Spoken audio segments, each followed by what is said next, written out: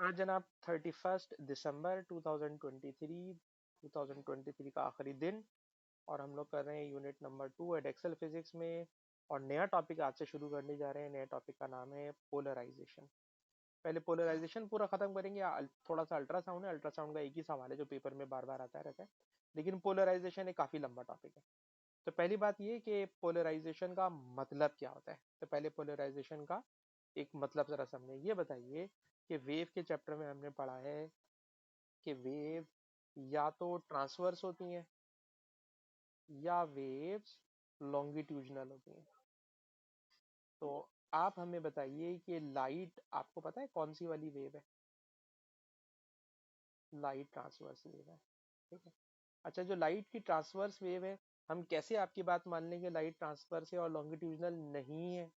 तो इस बात को हम प्रूफ कराते हैं by the process of polarization. So polarization of light is the phenomenon of light which shows that light waves are transverse. Light waves are transverse. ये polarisation के जरिए हमें समझ में आती है बात। एक बात। दूसरी बात ये कि ट्रांसवर्स वेव को अगर हम स्ट्रिंग में पढ़ाएं या आपको वाटर वेव पढ़ाएं तो पढ़ाना बड़ा आसान सा होता है कि जनाब एक रस्सी है, रस्सी को मैंने दीवार के साथ बांध दिया और मैं अपने हाथ को अगर ऊपर नीचे मूव कराऊं तो बड़ा, जब मैं ऊपर नीचे मूव कराऊंगा तो इसमें वर्टिकल वेव पैदा होगी, वर्टिकल वाइब्रेशन होगी। बात समझ में आती है? अच्छा, अगर मैं अपने हाथ को हॉरिजेंटल मूव कराऊं तो सर अब आप अपने हाथ को हॉरिजेंटल मूव कराएंगे ना, तो हॉरिजेंटल मूव कराने से जो वेव बनेगी वो हॉरिजेंटल मूवमेंट होगी, हॉरिजेंटल मूवमेंट होगी। और जब वो हॉरिजेंटल मूवमेंट होगी तो हॉरिजेंटल मूवमेंट से हॉरिजेंटल वेव बनेगी। अब हॉरिजेंटल वेव को मैं इतना अच्छा नहीं बना पाऊंगा तो मैंने इस पिक्चर का सपोर्ट ले रहा हूँ। इस पिक्चर की सपोर्ट में देखिए कि फॉर एग्जांपल ये रस्सी है, ठीक है जी। इस रस्सी को अगर मैं ऊपर नीचे वाइब्रेट कराऊं तो ऊपर नीचे वाइब्रेट कराने से ये जो ये जो रेड वाली वेव बन रही है, इस रेड वाली वेव को अगर आप देखें तो जो रेड वाली वेव है इसकी वाइब्रेशन ऊपर नीचे हो रही है, ऊपर नीचे हो रही है। अगर मैंने अपने हाथ को ऊपर नीचे मूव कराया। अच्छा, अगर मैंने अपने हाथ को हॉरिजेंटल मूव कराया तो सर अगर आपने अपने हाथ को हॉरिजेंटल मूव कराया ना तो इस तरह की हॉरिजेंटल वाइब्रेशन होगी। ठीक है। लेकिन स्ट्रिंग में, रस्सी में एक वक्त में एक वाइब्रेशन हो सकती है, आइदर वर्टिकल और हॉरिजेंटल। लेकिन अल्लाह ताला ने लाइट में, और नॉट ओनली लाइट में बल्कि तमाम इलेक्ट्रोमैग्नेटिक वेव्स में जो वाइब्रेशन रखी है ना, वो एटलीस्ट दो वाइब्रेशन रखी है। एटलीस्ट बोल रहा हूँ। एक वाइब्रेशन यानी हम पढ़ाने के लिए दो ही वाइब्रेशन पे काम करते हैं। एक तो वर्टिकल वाइब्रेशन ले लेते हैं और एक हॉरिजेंटल वाइब्रेशन ले लेते हैं। तो यानी देखा जाए तो अगर इस डायरेक्शन में वेव प्रोपेगेट कर रही है तो जब इस डायरेक्शन में वेव प्रोपेगेट कर रही होगी तो उसमें एक ऑसिलेशन वर्टिकल हो रही होगी और इसमें एक ऑसिलेशन हॉरिजेंटल हो रही होगी। ठीक है जनाब, दो ऑसिलेशन एक साथ हो रही होंगी। तो जो वर्टिकल ऑसिलेशन हो रही होती है उसको हम लोग नाम रख देते हैं कि ये इलेक्ट्रिक कंपोनेंट है, और जो हॉरिजेंटल हो रही होती है उसका नाम रख देते हैं ये मैग्नेटिक कंपोनेंट है। तो अगर दो कंपोनेंट्स हैं तो इसी वजह से इसका नाम बन जाता है इलेक्ट्रोमैग्नेटिक वेव। तो एटलीस्ट दो ऑसिलेशंस लेते हैं, इलेक्ट्रिक और मैग्नेटिक। ठीक है जनाब। तो जब दो ऑसिलेशंस होती हैं it is called electromagnetic wave. अब इस इलेक्ट्रोमैग्नेटिक वेव को अगर मैं आपसे कहूं कि लाइट की वेव हमें नजर तो आती नहीं है, तो सर हमें कैसे पता चलेगा कि ये इलेक्ट्रोमैग्नेटिक वेव है या ये ट्रांसवर्स है या नहीं है? तो इसके लिए एक आसान सा एक्सपेरिमेंट जो मुझे यूं समझ में आता है वो ये है कि अगर मैं स्टूडेंट से कहूँ कि मेरे पास एक स्ट्रिंग है, वायर है, रस्सी है। इस रस्सी को मैंने दीवार से बांधा हुआ है, ठीक है ना, दीवार से बांधा हुआ है। और इस रस्सी के रास्ते में मैंने एक कार्ड बोर्ड लाके रखा है, और वो जो कार्ड बोर्ड है उस कार्ड बोर्ड में एक वर्टिकल स्लिट है, स्लिट वर्टिकल है। ये बताइए अगर वर्टिकल स्लिट होगी ना और अगर वर्टिकल ऑसिलेशन हो रही होगी तो गौर कीजिएगा, जो वर्टिकल ऑसिलेशन है ना वो इस स्लिट में से पास कर जाएगी, वर्टिकल ऑसिलेशन उसमें से पास कर जाएगी। मैंने कार्डबोर्ड में जो स्लिट बनाई है वो वर्टिकल बनाई है, और रस्सी में वाइब्रेशन भी वर्टिकल कर रहा हूँ। तो जब मैं वर्टिकल वाइब्रेशन कराऊंगा तो वर्टिकल वाइब्रेशन उसमें से आराम से पास कर जाएगी। लेकिन अगर मैं वाइब्रेशन वर्टिकल करा रहा हूँ, लेकिन मैंने जो कार्डबोर्ड है उस कार्डबोर्ड को हॉरिजेंटल रखा हुआ है, कार्डबोर्ड को हॉरिजेंटल रखा हुआ है, और उसमें जो स्लिट है वो स्लिट भी हॉरिजेंटल है। अब जब इसमें से मैं वेव पास कराऊंगा ना, तो वर्टिकल वाइब्रेशन इसमें से पास नहीं हो पाएंगी। ठीक है। अच्छा, कुछ चीजें ऐसी होती हैं जो हमने डेली लाइफ में देखी तो होती नहीं है, तो हम टीचर बच्चे को सुना रहा होता है और आपस की बात है, बच्चा हाँ हाँ कर रहा होता है, पर बच्चे को समझ में कुछ भी नहीं आ रहा होता। तो भाई आजकल यूट्यूब का दौर है, यूट्यूब के अंदर आपको हर चीज बड़ी अच्छी तरीके से नजर आ जाती है कि सर ऐसा हो रहा है। तो जरा देखिएगा इसके अंदर, ये लॉन्गिट्यूडनल वेव है, ये लॉन्गिट्यूडनल वेव है। ठीक है जी। ये अब इन्होंने क्या करा, ये देखिए जिस तरह मैंने स्लिट्स बनाई थी कार्डबोर्ड में, कार्डबोर्ड की स्लिट्स की तरह ये स्लिट्स है इसके अंदर, देखिएगा। अगर देखिए ये वर्टिकल स्लिट, वर्टिकल ऑस्किलेशन आराम से पास कर, लेकिन हॉरिज ये देखिए वर्टिकल पास नहीं हो पा रही, सॉरी हॉरिजेंटल स्लिट। देखिए एक मिनट रुके, एक मिनट रुके, थोड़ा सा मैं इसको पीछे लेकर आ रहा हूँ, जरा देखिएगा। ये है horizontal vibration, horizontal vibration, horizontal slit में से आराम से पास कर रही है, पर ये पास नहीं कर रही। बस यही वो की पॉइंट है जिससे मेरे ख्याल में आपको बात समझ में आ जाती है। ठीक है जनाब। तो क्या आपको बेटा मेरी ये वाली बात समझ में आई कि अगर स्प्रिंग में हॉरिजेंटल वाइब्रेशन करा रहा हूं, तो horizontal vibration, horizontal slits, horizontal vibration, horizontal slits, तो उसमें से वेव आराम से पास हो रही है। ठीक है जनाब। लेकिन अगर मैं वर्टिकल वाइब्रेशन कर रहा हूं, तो वर्टिकल वाइब्रेशन से, वर्टिकल वाइब्रेशन जो है हॉरिजेंटल स्लिट में से पास नहीं हो पाई। एक तो ये वाली बात को जहन में रखिएगा। ठीक है। देखिए ये कुछ और भी करके दिखा रहे हैं, लेकिन इसमें से ये हमारे टॉपिक से रिलेटेड नहीं है। अच्छा, इसको थोड़ा सा और आगे देख लें। एक और चीज देख लिया, लाइट को जरा देखिए, लाइट के इस तरह के, ये देखिएगा, ये लाइट के अंदर ये बता रहे हैं वर्टिकल स्लिट्स हैं। ये फिल्टर है, फिल्टर के अंदर वर्टिकल स्लिट्स हैं। देखिएगा ये दोनों एक दूसरे के साथ 90 डिग्री पर है, टोटली डार्क पीछे का नजर आ रहा है। अब इस चीज को मैं एक्सप्लेन करूंगा। दोनों पैरेलल है, आपको आराम से पीछे का नजर आ रहा है। दोनों वर्टिकल है, आराम से पीछे का नजर आ रहा है। देखिएगा ये, देखिए ये, सिर्फ इस चीज को देख ले, अभी मैं एक्सप्लेन करूंगा। बस सही है, मेरे ख्याल में ये काफी है। एक और चीज मैं आपको दिखाना चाहता हूँ, और वो भी मैंने डाउनलोड की हुई है वीडियो, अगर वो मुझे मिल जाए। तो ये वाली जरा एक चीज इसको भी देख लीजिएगा। ये देखिए, ये है दो वाइब्रेशन है, एक ग्रीन कलर की और एक येलो कलर की। ग्रीन और येलो वाइब्रेशन जो है, ये वाइब्रेशन चल रही है, और ये बीच में फिल्टर लाके रख दिया। तो फिल्टर का जो स्लिट है वो वर्टिकल स्लिट है। सर वर्टिकल स्लिट में से आराम से वेव पास हो रही है, वर्टिकल स्लिट से आराम से वेव पास हो रही है, वर्टिकल स्लिट। और ये देखिए ये इन्होंने हॉरिजेंटल स्लिट कर दी, तो हॉरिजेंटल वाइब्रेशन पास हो रही है, वर्टिकल स्लिट स्टॉप हो गई। देखिए जनाब, वर्टिकल पास हो रही है, और अब देखिए कोई भी पास नहीं हो रही, क्योंकि दोनों 90 डिग्री पे घुमा दिए। ये फिल्टर कहलाते हैं, दोनों फिल्टर पैरेलल, तो प्लेन पोलराइज लाइट पास हो रही है। दोनों फिल्टर 90 डिग्री पर, लाइट टोटली गायब हो गई, लाइट टोटली गायब हो गई। दोनों पैरेलल, प्लेन पोलराइज लाइट, दोनों 90 डिग्री, लाइट गायब। अच्छा जी, इस चीज को मैं आपके साथ क्लास के आखिर में भी शेयर करूंगा, तो वहां से भी आपको बात समझ में आएगी। मैं भी आपको पास पेपर के क्वेश्चंस की तरफ भी लेके जाना चाहूंगा। अलबत्ता जरा पहले यूं देख लीजिए, अब जो काम की बातें जो दिमाग में रखनी है वो ये, कि अगर लाइट इस डायरेक्शन में जा रही है, और एटलीस्ट इलेक्ट्रिक ऑसिलेशन हो रही है, और और मैग्नेटिक ऑसिलेशन हो रही है, ऑसिलेशन बहुत सारी हो रही होती है, हम लोग लेते खाली दो है, तो ऐसी लाइट को बोलते हैं अनपोलराइज्ड लाइट। जो ओरिजिनल लाइट होती है, इट इज अनपोलराइज्ड लाइट। और इस अनपोलराइज्ड लाइट में नंबर ऑफ प्लेन्स होती हैं। प्लेन का लफ्ज अभी एक्सप्लेन करूंगा क्या होता है। अनपोलराइज्ड लाइट जिसमें मल्टीपल ऑसिलेशन हो रही है। अच्छा जी।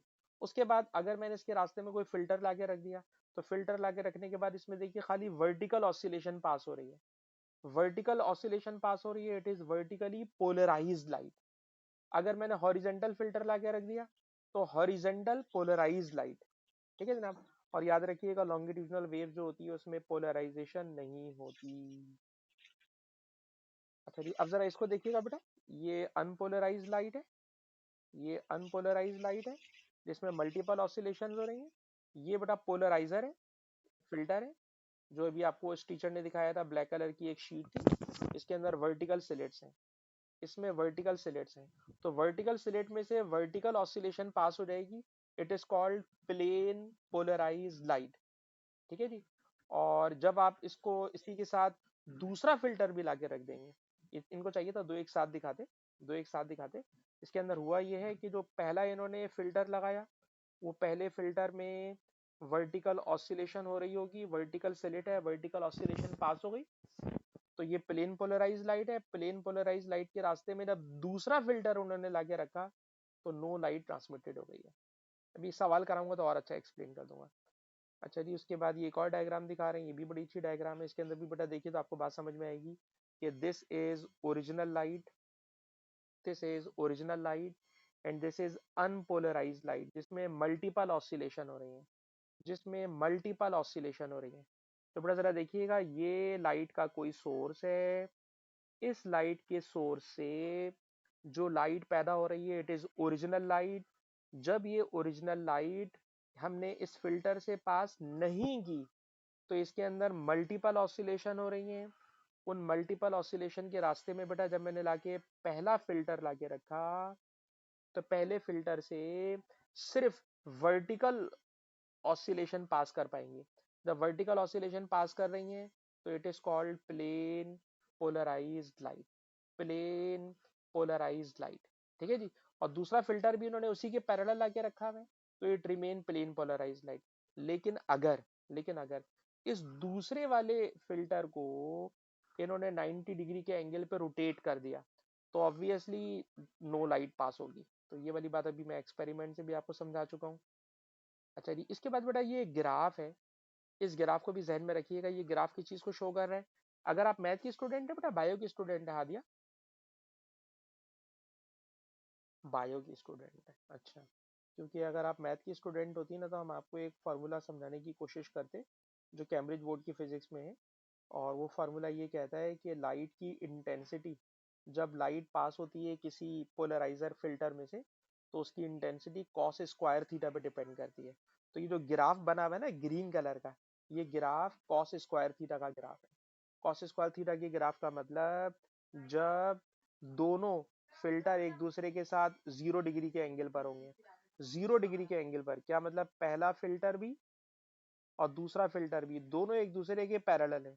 सर अगर दोनों फिल्टर एक दूसरे के पैरेलल है, दोनों की स्लिट्स एक दूसरे के पैरेलल है, तो दोनों के बिटवीन में एंगल बन रहा है 0 डिग्री। अगर एंगल 0 डिग्री बन रहा है तो 0 डिग्री के एंगल पर लाइट की इंटेंसिटी उसने आई नॉट लिखा है, जबकि मुझे इसको चाहिए था आई नॉट अपॉन टू दिखा था। आई नॉट अपॉन टू दिखाने का मतलब क्या है? सर पहले फिल्टर से जो लाइट पास आएगी ना, जो पहले फिल्टर से लाइट पास होती है, पहले फिल्टर से, यानी ये ओरिजिनल लाइट है, फॉर एग्जाम्पल ये बेटा ओरिजिनल लाइट है, ये ओरिजिनल लाइट है। जब ओरिजिनल लाइट इसके ऊपर पड़ेगी तो इसकी इंटेंसिटी होती है आई नॉट। ठीक है जी।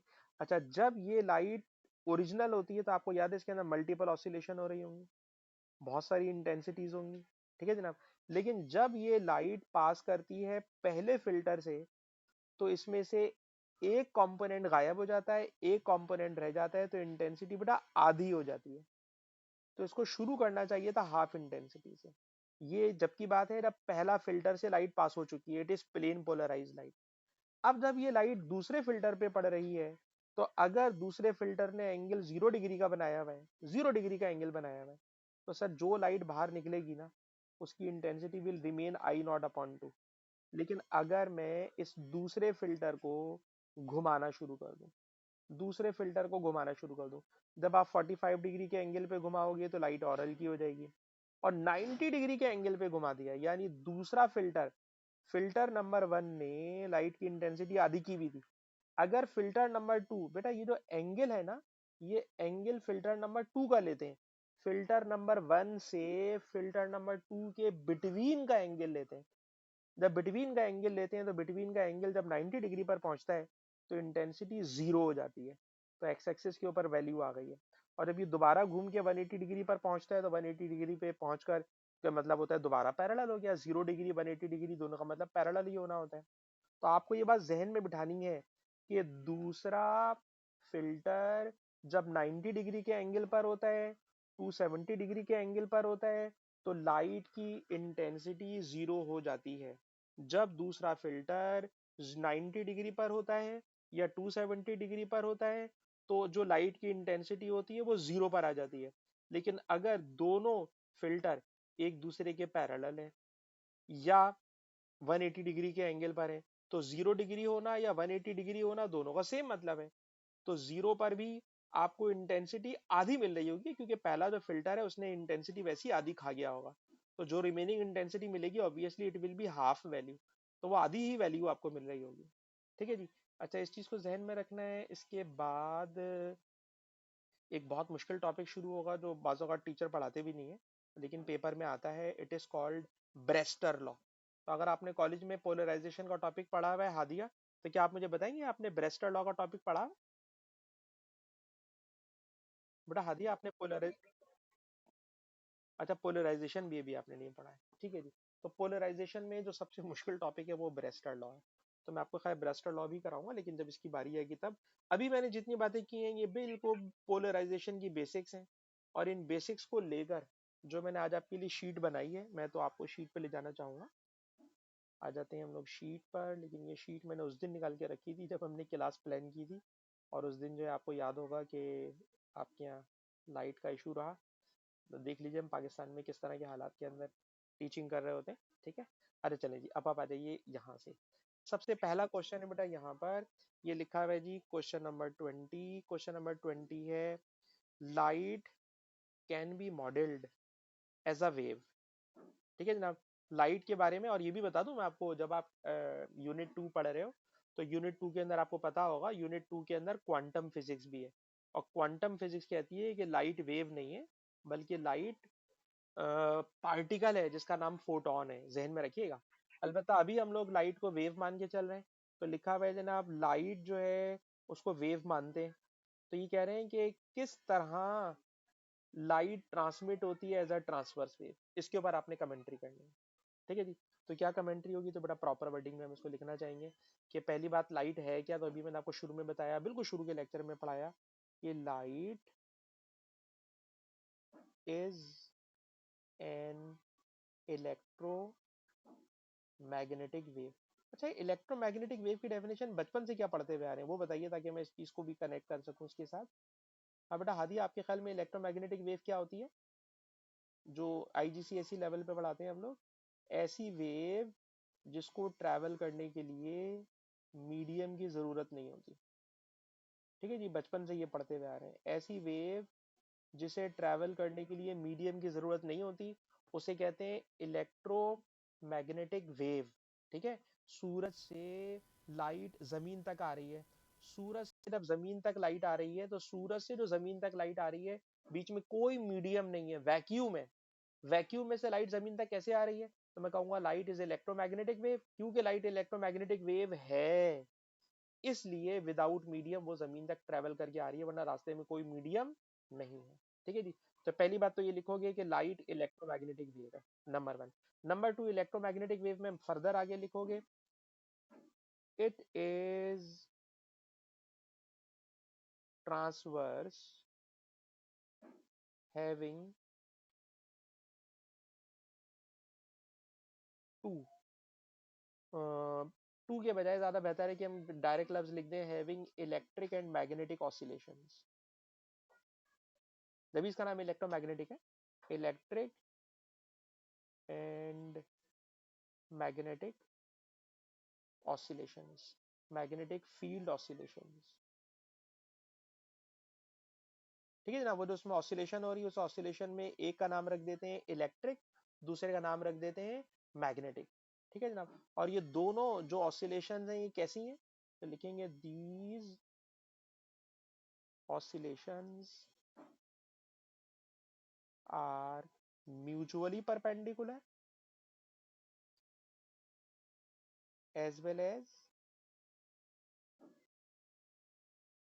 ऑन दी प्रोपेगेशन, यानी जिस डायरेक्शन में प्रोपेगेट हो रही है, ठीक है जनाब, प्रोपेगेट का मतलब ट्रैवल करना, आगे बढ़ना, जिस डायरेक्शन में प्रोपेगेट हो रही है, जिस डायरेक्शन में आगे जा रही है, उसके ऊपर भी परपेंडिकुलर है, और इलेक्ट्रिक और मैग्नेटिक दोनों कंपोनेंट भी एक दूसरे के ऊपर परपेंडिकुलर हैं।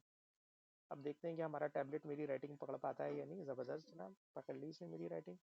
देखिए कहते हैं लाइट इलेक्ट्रोमैग्नेटिक वेव है, और ये ट्रांसवर्स वेव है, जिसमें दो कंपोनेंट्स हैं, इलेक्ट्रिक और मैग्नेटिक, और ये कंपोनेंट एक दूसरे पे परपेंडिकुलर हैं, एज वेल एज ये परपेंडिकुलर हैं ऑन दी प्रोपिगेशन। ठीक है जी। तो अल्हम्दुलिल्लाह ये टैबलेट मेरी राइटिंग पकड़ लेता है, तो इसने पूरी पकड़ के समझा दिया है। और जो मैंने आंसर लिखा है बेटा, it is according to the marking इसकी। ठीक है जी, क्योंकि हम इतने सारे बोर्ड पढ़ा रहे होते हैं, तो हमें फॉलो करना चाहिए भाई आपके बोर्ड में किस तरह की वर्डिंग बोली जाती है।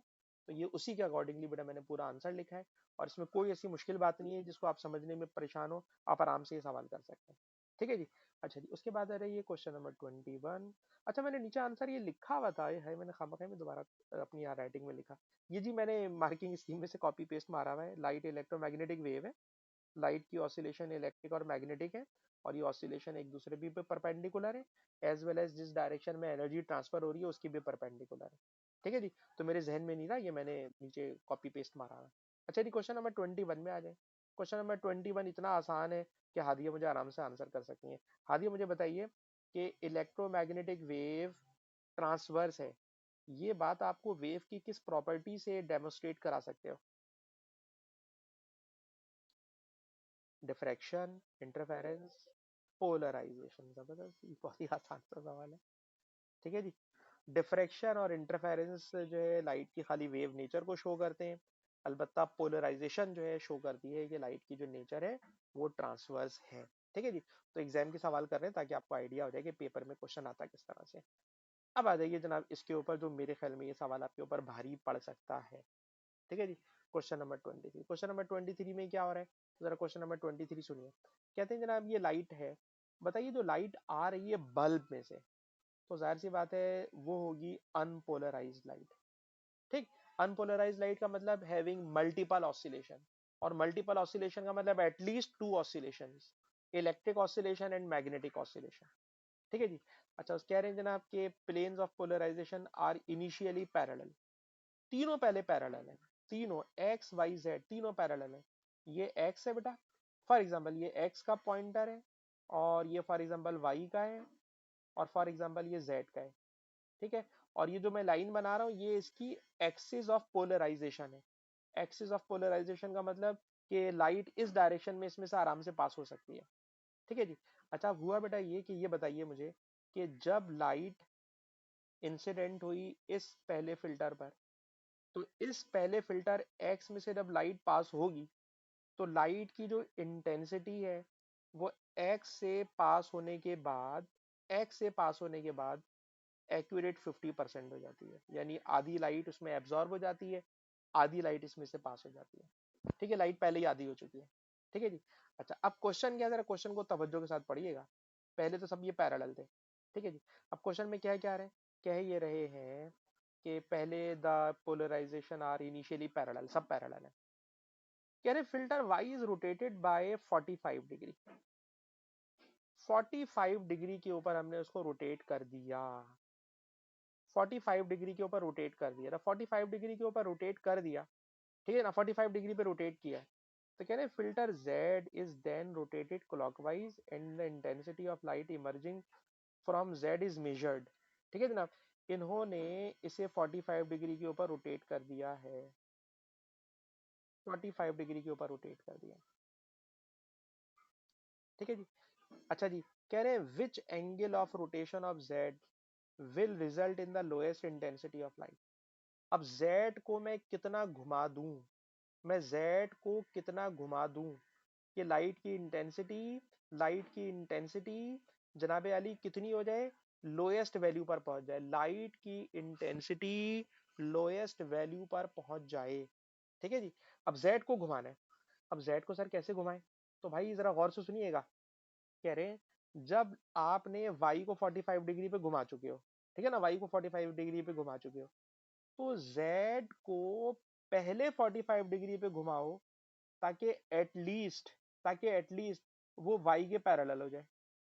ठीक है ना? अब कहना ये चाह रहा हूं, हमेशा कैलकुलेशन जब करते हैं जब अगला पोलराइजर पहले पोलराइजर के पैरेलल हो। ठीक है ना? जब अगला पोलराइजर पहले पोलराइजर के पैरेलल हो तो Z को पहले तो तुम 45 डिग्री पे घुमाओगे। जब 45 डिग्री पे घुमाओगे ना बेटा, तो 45 डिग्री पर घुमाकर आप दर हकीकत Y के पैरेलल आ गए।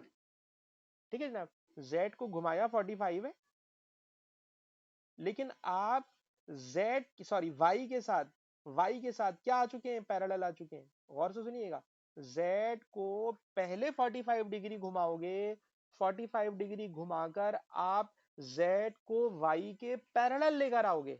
ये पैरेलल आ गया। अब जब पैरेलल आ गया ना, तो अब याद रखिएगा कि X प्राइमरी था, Y सेकेंडरी था। ठीक है ना? हम X और Y की बात कर रहे हैं इस वक्त। X की तो बात ही नहीं हो रही है, X ने तो जितनी लाइट आधी कर दी है, X को भूल जाओ, X को भूल जाओ। अब आप ये समझे कि Y प्राइमरी फिल्टर है और Z सेकेंडरी फिल्टर है। ठीक है जी? तो जब मैं Z को 45 डिग्री पे घुमाऊंगा तो वो प्राइमरी के पैरेलल आएगा, और अब इसे फर्दर 90 डिग्री जब घुमाऊंगा तो लाइट अब टोटली गायब हो जाएगी। तो पता है 45 प्लस 90 टोटल एंगल हो जाएगा 135 डिग्री, और 135 डिग्री ही इसका आंसर है। मैं अपनी बात को रिपीट करूंगा, फिर हादिया आपसे कमेंट्री करवाऊंगा, और अगर हादिया सही कमेंट्री नहीं कर पाई तो फिर किसी और से करवाऊंगा। तो गौर से सुनना सर, जब कभी हम पोलराइजेशन स्टडी कर रहे होते हैं तो पोलराइजेशन में हमेशा दो फिल्टर स्टडी करते हैं, तीन वाला स्टडी नहीं करते। इस सवाल में उसने तीन दे दिए, तो तीन में हम सर दो दो का पेयर बनाएंगे। सर अब हम दो दो का पेयर बना रहे हैं, तो पहला तो पेयर बना रहे हैं एक्स और वाई का। जब आप एक्स और वाई का पेयर बना रहे हैं तो एक्स यहाँ पर है और वाई यहाँ पर है, वाई यहाँ पर है। इन दोनों के बिटवीन में एंगल 45 डिग्री बना हुआ है। तो वाई से, एक्स से लाइट आई हल्की हो गई होगी, जब वाई से लाइट आई तो और हल्की हो गई होगी।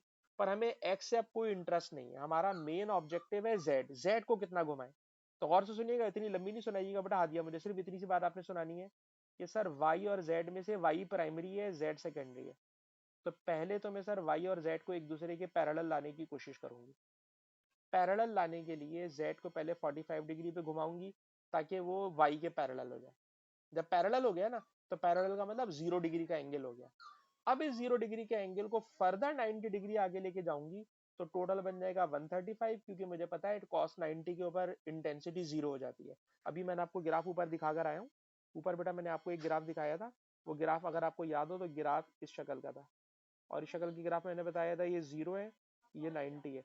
तो 0 पर मैक्सिमम इंटेंसिटी होती है, 90 डिग्री पे मिनिमम इंटेंसिटी होती है। तो हादिया आपने इतनी सी बात कहनी है, सर वाई और जेड में जेड को पहले 45 घुमाएं ताकि वो वाई के पैरेलल हो जाए। जब वाई के पैरेलल हो गया तो एंगल हो गया 0 डिग्री।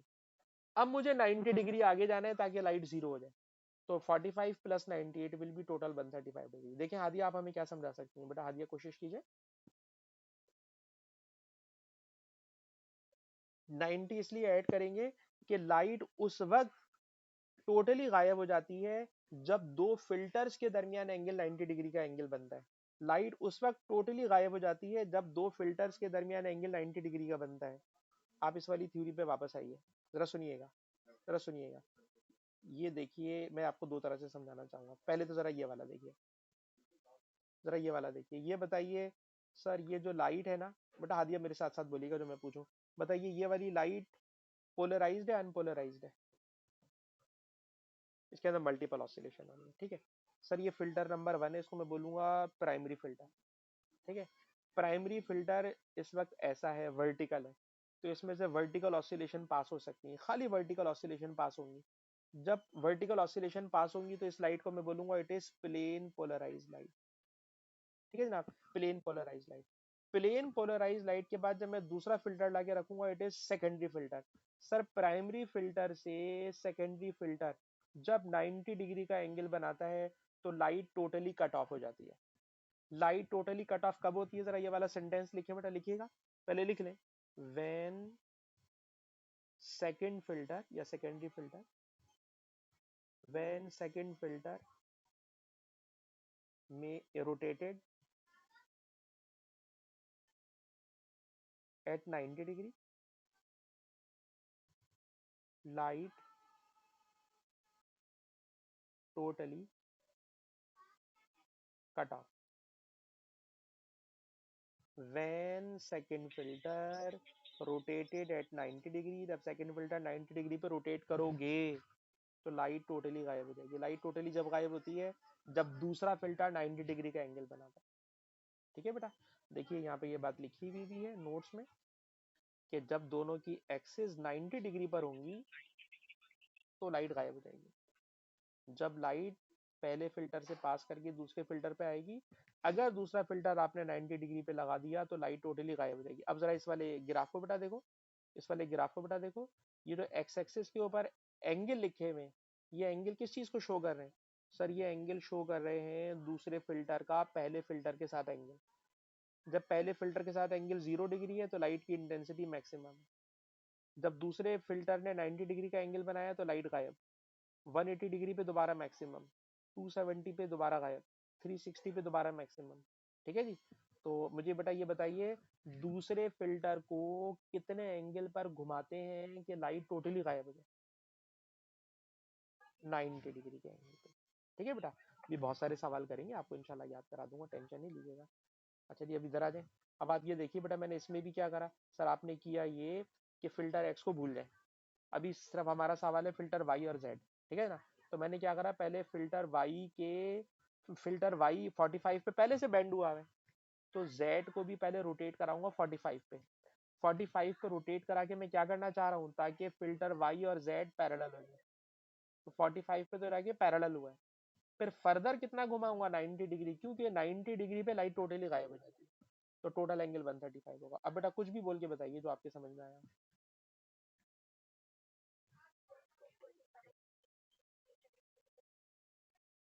हाँ,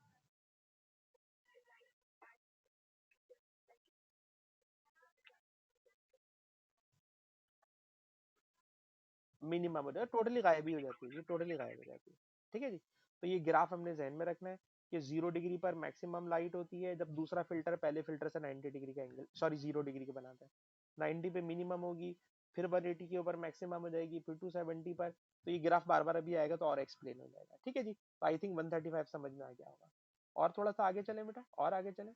कह रहे हैं जनाब कि पहले आपको ना एक बड़ी लंबी कहानी सुनाते हैं अक्सर एडेक्सल की फिजिक्स में, कि जो ऑक्टोपस होता है उसके अंदर, उसकी आंख के अंदर रेटिना में पोलराइजेशन हो रही होती है। जैसे ऑक्टोपस बेचारे को पोलराइजेशन समझ में आती है, हम इंसानों को समझ में आना मुश्किल है, इस सवाल में कह रहे हैं जनाब कि ऑक्टोपस की आंखों के अंदर ऐसा हो रहा होता है।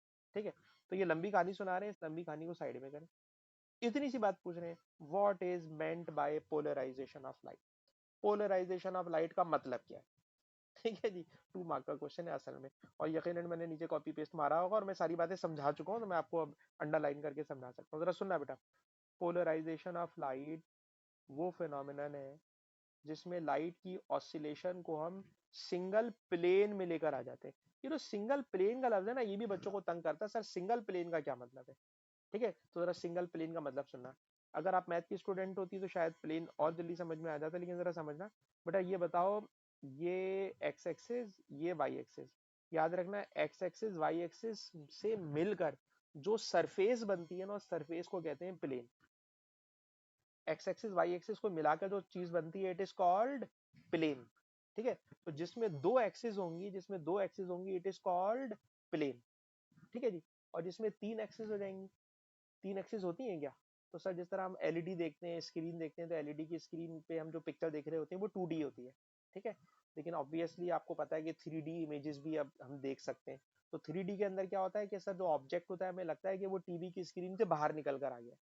ठीक है जनाब, तो वो जो है 3D बन जाता है। तो जो लाइट है ना, लाइट असल में 3D है। लाइट असल में 3D है कैसे? सर ये लाइट की प्रोपेगेशन है एक्स एक्सिस पे फॉर एग्जांपल, ये इलेक्ट्रिक कंपोनेंट है वाई एक्सिस पर, ये मैग्नेटिक कंपोनेंट है जेड एक्सिस पर। तो आप गौर कीजिएगा 3 एक्सिस हो गई, लाइट भाग रही है इस डायरेक्शन में, लाइट प्रोपेगेट कर रही है इस डायरेक्शन में, ये इलेक्ट्रिक ऑसिलेशन हो रही है, ये मैग्नेटिक ऑसिलेशन हो रही है। तो ये बताइए इसमें 2 एक्सिस आ रही है 3 एक्सिस आ रही है? 3 हो गई ना बेटा, एक तो ये वाली हो गई जिसमें लाइट भाग रही है, एक इलेक्ट्रिक ऑसिलेशन और एक मैग्नेटिक ऑसिलेशन। तीन तीन इसके अंदर डायमेंशन हो गए, तो ये हो गया 3D। पर इस 3D में से जब मैं फिल्टर करा देता हूँ, पोलराइजेशन करा देता हूँ, तो पोलराइजेशन में कोई एक कंपोनेंट गायब हो जाता है। और अब एक कंपोनेंट गायब हो जाता है तो प्रोपेगेशन वाली एक्सिस बाकी बची और इलेक्ट्रिक कंपोनेंट बाकी बचा। तो पता है अब इसके अंदर दो एक्सिस बची हैं, और जब दो एक्सिस बाकी बचती हैं तो दो एक्सिस के लिए हम लोग टर्म क्या यूज करते हैं? प्लेन। तो याद रखिएगा, प्लेन का मतलब होता है दो एक्सिस होना। तो ये वाली बात कहीं नोट कर लें, टू डायमेंशन को कहते हैं प्लेन। और मेरे दिमाग से थ्री डायमेंशन के लिए टर्म निकल रही है, मिस हो रही है, मेरे दिमाग में याद नहीं आ रहा। थ्री डायमेंशन को क्या बोलते हैं, रुक जाए। दो डायमेंशन को कहते हैं प्लेन, थ्री डी को दिमाग में नहीं आ रहा। ठीक है जी, लेकिन आप में से किसी के दिमाग में आ रहा हो कोशिश करें। अच्छा, अभी इससे काम चलाएं जनाब। जब तीन डायमेंशन होती है तो उसको डेली लाइफ में कह देते हैं 3D। और जब लाइट पोलराइज्ड हो जाएगी, ठीक है जनाब, तो जाहिर सी बात है ये 2D हो जाएगी। और जब 2D हो जाएगी तो 2D के लिए लफ्ज इस्तेमाल करते हैं सिंगल प्लेन। तो पूरी बात बेटा ये बन गई, जहाँ अभी हम नीचे अंडरलाइन कर रहे हैं कि पोलराइज लाइट वो लाइट होती है जहाँ ऑसिलेशंस आ जाती हैं सिंगल प्लेन में। और सिंगल प्लेन में which includes direction of propagation, जिसमें प्रोपेगेशन की डायरेक्शन को भी इंक्लूड कर लीजिएगा। ठीक है जनाब। Polarise light is the light where oscillations are in single direction which is perpendicular to the direction of propagation.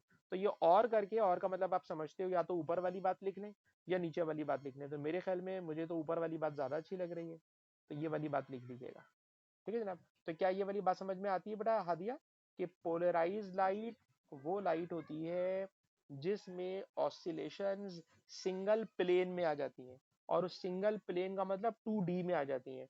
Light originally जो अनपोलराइज लाइट है वो 3D है, लेकिन जब उसको मैं पोलराइज कर लेता हूँ तो वो 2D हो जाती है। और जब वो 2D हो जाती है तो दर हकीकत वो सिंगल प्लेन में आ जाती है। इज इट क्लियर बेटा हादिया? ठीक है, ठीक है जी। तो इसमें से सिर्फ और से ऊपर वाला लिखना है, वो भी काफी है।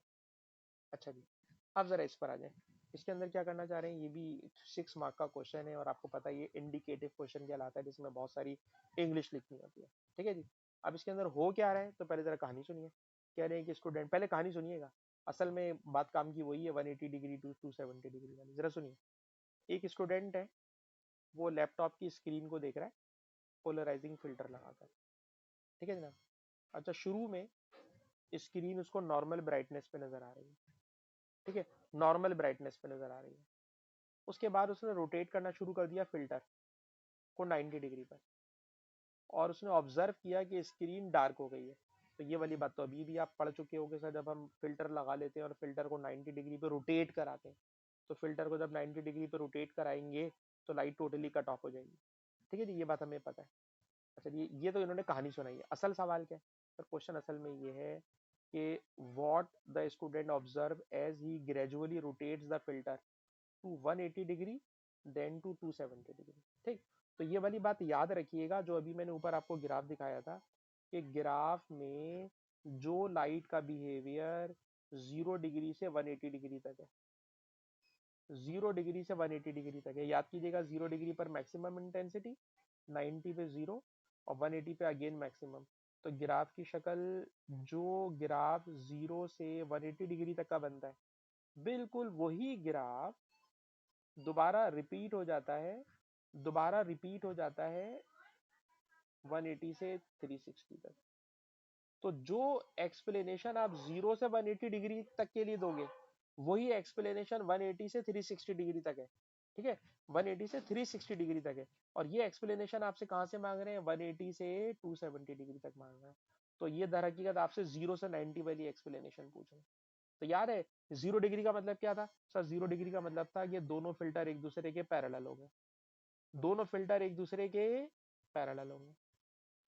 जब दोनों फिल्टर एक दूसरे के पैरेलल होंगे तो मैं लिखूंगा एंगल 0 डिग्री बन रहा है, और इस ऊपर वाले क्वेश्चन के अकॉर्डिंगली लिखवाऊंगा 180 डिग्री बन रहा है।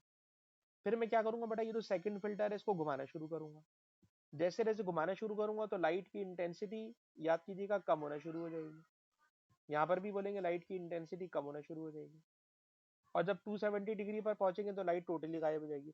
तो जो हमने बच्चों को बातें रट्टा लगवाई है 0 डिग्री से 90 डिग्री तक की, वही सारी बातें आपने लिखनी है 180 डिग्री से 270 डिग्री तक की। ठीक, तो आइए जरा इसको यहाँ पे रीड करने की कोशिश करते हैं, जरा सुनिएगा बेटा। इस वाली बात को ध्यान में रखेंगे कि 180 डिग्री का मतलब क्या है, 0 डिग्री यानी दोनों एक दूसरे के पैरेलल है, और 270 डिग्री का मतलब क्या है, 90 डिग्री यानी दोनों एक दूसरे के साथ क्या हो गए, परपेंडिकुलर हो गए। तो अब जरा अल्फाज जरा पकड़िएगा यहाँ से। जब 180 डिग्री पर स्क्रीन होती है तो सर लाइट की नॉर्मल ब्राइटनेस मिलती है। क्यों? क्योंकि उस टाइम के ऊपर जो दोनों फिल्टर होते हैं, उन फिल्टर की जो एक्सिस होती है वो पैरेलल होती है एक दूसरे के साथ, तो लाइट उसमें से आराम से पास कर जाती है। जब oscillation parallel to the filter होंगी, जब oscillation parallel to the filter होंगी, तो लाइट उसमें से आराम से पास हो जाएगी, क्योंकि उस टाइम के ऊपर कोई लाइट एब्जॉर्ब नहीं हो रही। ठीक है। लेकिन जब आप उसको 90 डिग्री पर घुमाते हो, 90 की जगह लिखा 270, 90 डिग्री पे घुमाते हो, तो दोनों ऑसिलेशन एक दूसरे के ऊपर फिल्टर की जो एक्सिस होती है, फिल्टर की एक्सिस एक दूसरे पे परपेंडिकुलर हो जाती है, और वो सारी की सारी लाइट को अपने अंदर एब्जॉर्ब कर लेती है। ठीक है जनाब। अच्छा, और का मतलब ये होता है भाई ऊपर में से या एक ऊपर वाली बात लिखो या नीचे वाली बात लिखो, ये जरूरी नहीं होता आप दोनों लिखना शुरू कर दो। तो जब ऑसिलेशन परपेंडिकुलर होंगी फिल्टर के साथ, तो लाइट पास नहीं हो सकेगी। और यही बात क्या करिए, the idea of gradual change as filter is rotated. जैसे जैसे आप फिल्टर को थोड़ा थोड़ा सा घुमाते रहोगे, थोड़ा थोड़ा सा घुमाते रहोगे, लाइट की इंटेंसिटी ग्रेजुअली कम होती चली जाएगी, लाइट की इंटेंसिटी थोड़ी थोड़ी सी कम होती चली जाएगी। आप जरा देखिए ना इसके अंदर ये हो क्या रहा है, इस वाली वीडियो को बेटा देखिए। देखिए, ये दोनों इस वक्त एक दूसरे के पैरेलल है, ये इन्होंने घुमा दी, लाइट गायब हो गई। ये पैरेलल है, लाइट नॉर्मल हो गई। ये दूसरे फिल्टर को देखिए, ये घुमाएंगे। ठीक है जनाब, ये अब नहीं घुमा रहे, ये जी जरा देखिएगा, ये दूसरे फिल्टर को घुमाएंगे, लाइट टोटली गायब। और जब पैरेलल होगी तो लाइट मैक्सिमम। देखा जाए तो कोई इतनी मुश्किल बात नहीं है, सिर्फ इस बात का रट्टा मारना है कि जब दोनों फिल्टर एक दूसरे के पैरेलल होते हैं, पैरेलल के अंदर लाइट नॉर्मल पास करती है। लेकिन जब हम दूसरे फिल्टर को 90 डिग्री पर घुमाते हैं या 180 से 270 डिग्री पे घुमाते हैं, तो लाइट की इंटेंसिटी ग्रेजुअली डिक्रीज होना शुरू होती है, और जब पूरी परपेंडिकुलर हो जाती है दोनों की एक्सिस, तो लाइट टोटली क्या हो जाती है, गायब हो जाती है। तो इस तरह की वर्डिंग बार बार आ रही है। अगर आप 2-3 दफा बेटा बैठ के इसको याद करोगी ना, आपको आराम से याद हो जाएगा। और जिस तरह आपने लास्ट टाइम मुझे बहुत अच्छा आंसर लिख के दिया था, इसी तरह मैं आपसे चाहूंगा कि आप इस टॉपिक के भी अगर आप प्रॉपरली नोट्स बनाकर एक दफा आंसर लिख दें, तो वो आंसर आप हर सवाल में फिट कर सकते हो। ठीक है। और क्या फिट क्या करना है, तो मेरे ख्याल में तो अब रट्टा लग गया है, मैं क्लास खत्म होने जा रही है, तो इसलिए मैं अपनी बात को रिपीट करके आपके साथ आखिरी दफा कमेंट्री करूंगा, और उसके बाद फिर हम इसको खत्म करने जा रहे हैं। तो जरा सारी की सारी बातें जल्दी से दोबारा से सुनिएगा, आज की क्लास की बातें। और ये बातें सुनकर हादिया मुझे नोट्स बनाकर भेजेंगी कि इनको क्या समझ में आया है। ऑल दो के इसके अंदर भी हमने ब्रेस्ट और लॉ का टॉपिक आपको नहीं पढ़ाया। ठीक है। तो जरा सुनिएगा बेटा आज की क्लास की बातों की समरी। समरी सर, समरी ये बनी है कि लाइट इलेक्ट्रोमैग्नेटिक वेव है। इलेक्ट्रोमैग्नेटिक वेव का मतलब लाइट जिस डायरेक्शन में प्रोपेगेट कर रही होती है, इसमें मल्टीपल ऑसिलेशंस हो रही होती हैं, लेकिन हम दो ऑसिलेशंस आपके कोर्स में पढ़ाते हैं। एक होती है इलेक्ट्रिक ऑसिलेशन, एक होती है मैग्नेटिक ऑसिलेशन। ठीक है। और ये ऑसिलेशन एक दूसरे पे परपेंडिकुलर है, और लाइट भी परपेंडिकुलर भाग रही है, तो इस टाइम के ऊपर ये 3 डायमेंशन के अंदर लाइट भाग रही होती है। सर, अगर लाइट के रास्ते में फिल्टर लाके रख दें, और फिल्टर की एक्सिस ऑफ ट्रांसमिशन एक दूसरे के पैरेलल हो, एक दूसरे के पैरेलल हो, तो लाइट प्लेन पोलराइज लाइट इसमें से पास कर जाती है। प्लेन पोलराइज लाइट का मतलब जिसमें सिंगल ऑसिलेशन हो रही होगी, it is called plane polarise light. लेकिन सर अगर मैं दूसरे वाले फिल्टर को घुमाना शुरू कर दूं, तो सर जैसे ही दूसरे वाले फिल्टर को आप घुमाएंगे, तो जब सर एंगल है 0 डिग्री का, तो 0 डिग्री के एंगल पर कोई फर्क नहीं पड़ रहा, सिंगल ऑसिलेशन पास कर रही है। लेकिन 90 डिग्री तक जैसे जैसे आप फिल्टर को घुमाते चले जाएंगे, लाइट की इंटेंसिटी कम होते होते होते होते होते जीरो हो जाएगी। और 90 डिग्री से दोबारा 180 डिग्री तक जब आप घुमाते रहेंगे, तो लाइट की इंटेंसिटी दोबारा मैक्सिमम हो जाएगी। तो 0 से 90 डिग्री तक इंटेंसिटी डिक्रीज होती है, और 90 से 180 तक दोबारा इंक्रीज हो जाती है। अभी जो क्वेश्चन कराया उन्होंने उसके अंदर 180 से 270 तक की बात कह दी, तो उसके अंदर भी सर यही वाली बात कहनी है और कुछ भी नहीं है। तो मैं हादिया से कमेंट्री करवाने के बजाय एक्सपेक्ट करूंगा, मैं रिकॉर्डिंग बंद